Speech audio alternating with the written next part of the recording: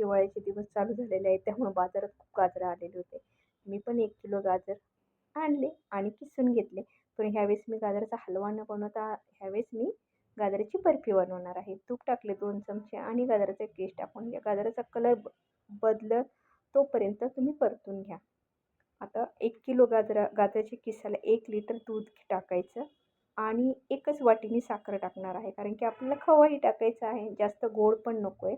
जास्त आता बघा अशा पद्धतीने आणि पूर्ण पाणी त्याचं मेल्ट होईस्तोपर्यंत परतून घ्या.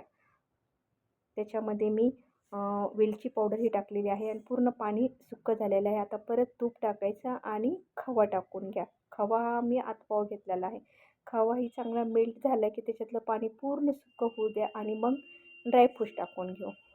ड्रायफ्रूट्स टाकले की आता कोणतेही भांडं घ्या. माझ्याकडे हे भांडं आहे त्यामुळे मी याला तूप लावून घेतलं. तुम्ही कुकरचं भांडं जरी घेतलं तरीही त्याच्यामध्ये पण होऊन जाईल, काही प्रॉब्लेम नाही आहे.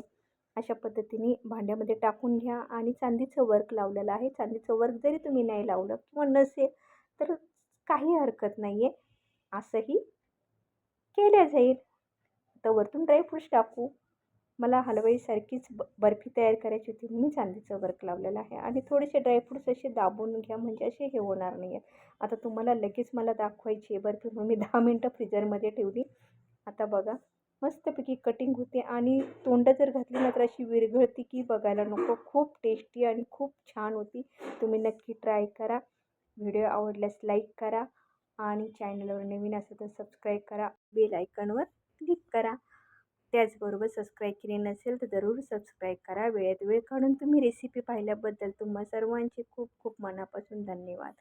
पुन्हा भेटूया अशाच एका छानशा रेसिपीमध्ये. बाय.